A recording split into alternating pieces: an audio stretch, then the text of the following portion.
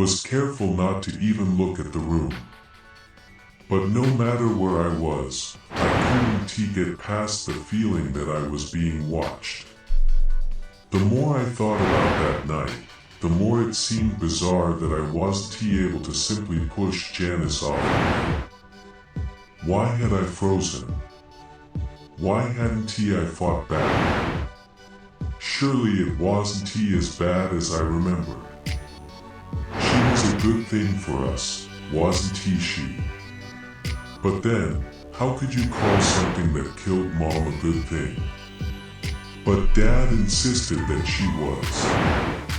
I wasn't sure what Janice had been trying to do to me, but I knew that it would have happened if Jonathan hadn't saved me. I felt sick, embarrassed, and weak. I was an older brother, a man. What kind of man could have something like that happen to him? What kind of older brother relied on his kid brother to save him? For weeks after that, I barely talked to anyone. Dad acted like nothing happened. Jonathan cried at night, but I just couldn't bring myself to comfort him. I was held back after classes more than once. One teacher even sent me to the counselor. Dad was called in for a conference. I'm not sure what he told the school, but it was probably something about me missing Mom, which wasn't entirely untrue. I didn't get better, but eventually everyone let it go. I think Dad thought that we could all pretend nothing ever happened. Jonathan would stop crying. I would go back to my talkative self. But then bad things started happening again. We had just gotten home from school one day. I was sitting shotgun. Jonathan was in the back seat behind me. I had stepped out of the car and was grabbing my backpack from the floor when Jonathan shouted in surprised pain. Ack. Ow. Ow. Ow. Dad and I ran over to him. What happened? I asked. Are you okay? He was hyperventilating so bad that he could hardly speak. He gestured wildly at the car door and held out his hand. His middle and pointer fingers were already turning purple. It's CL, closed O, on its own. No, Dad said sternly. It didn't A couple days later there was a tropical storm that knocked over the tree in our backyard. It fell smack down on the trampoline, destroying it completely. Not long after, I started hearing deep groans of pain in the middle of the night. Sometimes they lasted until morning. Dad would drive us to school with bloodshot eyes. One afternoon, Dad picked me up from school and told me that Jonathan had been taken to the ER a few hours earlier. During recess, he'd fallen off the monkey bars and split his head open. He had to get 25 stitches across his forehead, and the doctor said he'd probably have the scar forever. I silently began to cry, and Dad said nothing else. When we got home, Jonathan was sitting on the couch watching Toy Story. I went and gave him a hug. I'm sorry, I whispered. It's okay, he said, so softly that I could hardly hear him. Dad and I sat down on either side of Jonathan, but that feeling of someone watching me suddenly became so strong. I felt claustrophobic, like the walls were closing in on me and any second I was going to be squished into nothing. I looked up and caught Dad staring at me with something like anger in his eyes. I got up and went to bed. Around 2 a.m. that night, I woke up to an unintelligible scream that quickly broke into silence. I rolled out of bed, softly opened my bedroom door, and walked out to the hallway. The light was on in the room. I walked up to the door. There were the soft creaks of the bed, and when I put my ear to the door, I heard Dad's voice. "Please," he said.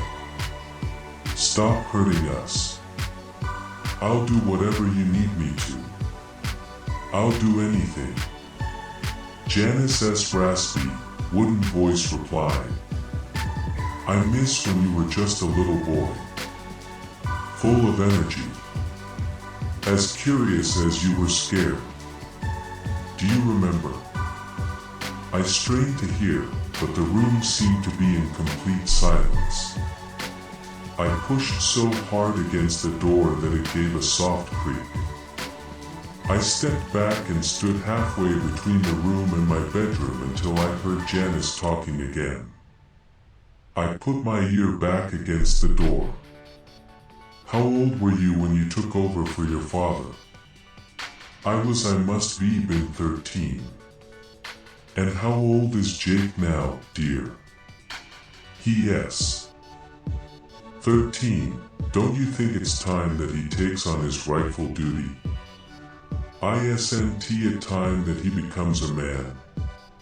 You're right, Dad said. It is about time, isn't it? Bring him to me. I ran to my room, closed the door, and jumped into bed. A few minutes later I heard the door to the room close, and then there were footsteps coming down the hallway. Footsteps that stopped just outside of my room. I hid under the covers and closed my eyes tight. I was sure that any second Dad was going to barge into the room, rip me out of bed, and drag me to Janice. I thought I heard the doorknob begin to turn, but the door never opened, and soon I heard Dad's south door close. When Dad picked me up from school a few days later, I jumped into the passenger seat and looked in the back to see that the seats were empty. "Where is Jonathan?" I asked. "Sick," he said curtly, then gave me a sideways glance, as if to imply that it was my fault. "What is wrong with him?" "Food poisoning." When we got home I followed Dad to my and Jonathan's room. Jonathan was lying on the bottom bunk with a bucket on the floor in front of him. I watched as Dad felt Jonathan's head with the back of his hand. "Is he gonna be okay?" I asked. "If he wasn't, don't you think I'd take him to the hospital?" "Yeah," I said. "Sorry." "Well." He stared at me until I left the room. I sat on the couch until Dad came in. Then I walked into our room and stood in front of Jonathan. "Are you okay?" I asked. He looked at me with something that might have been anger, or fear, or both. But then his eyes softened and he said, "Why do bad things keep happening to me?" He started to shake and sob. "What did I do wrong?" "Nothing," I told him. "It's not your fault, it's just bad luck. Things will get better. I promise." I tried to think of something else to say.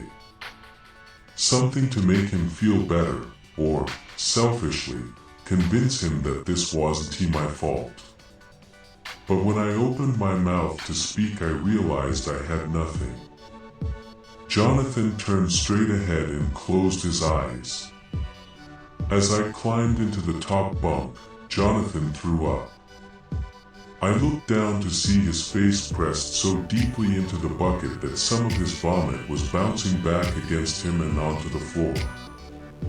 He groaned in pain as it spewed out of him, and every time it seemed to slow, like he was about to be done, the vomit came out harder and more aggressive than before. The smell was rancid, like rotten milk. I could taste it. I had to fight to hold down puke of my own. I buried my face under the blanket and held my nose shut. A few minutes later, Dad came into the room, cleaned Jonathan up, and replaced the bucket. But not a half hour later the scene repeated itself. Then it happened again, and again, and again. Each time Jonathan sounded weaker. Once, he didn't even have the strength to bend toward the bucket. He simply turned to his left and emptied his stomach onto the bed. He sounded miserable. Even his groans came out weak, as if he didn't have the strength to open his mouth all the way. "Please, please, please," he whispered over and over. I said a silent prayer that he'd be okay. I must be fallen asleep at some point, because I woke up in the middle of the night to Dad turning on the light. I came out from under the covers to see him helping Jonathan out of the bed. "Where are you going?" I asked. "To the hospital," Dad said, then turned his attention back to Jonathan. "They'll fix you right up real quick." "Okay," Jonathan whispered. "All right," I said, sitting up. "I'm coming." "No. You stay here." "Why?" I shouted. "I need to be with him." "Don't argue with me," Dad snapped. "I don't have time for this. Go to bed. No school tomorrow." "I love you," I said. And neither of them replied. I tried my best to fall asleep. I was exhausted and just wanted to forget about everything, but I couldn't shake the feeling that Jonathan was.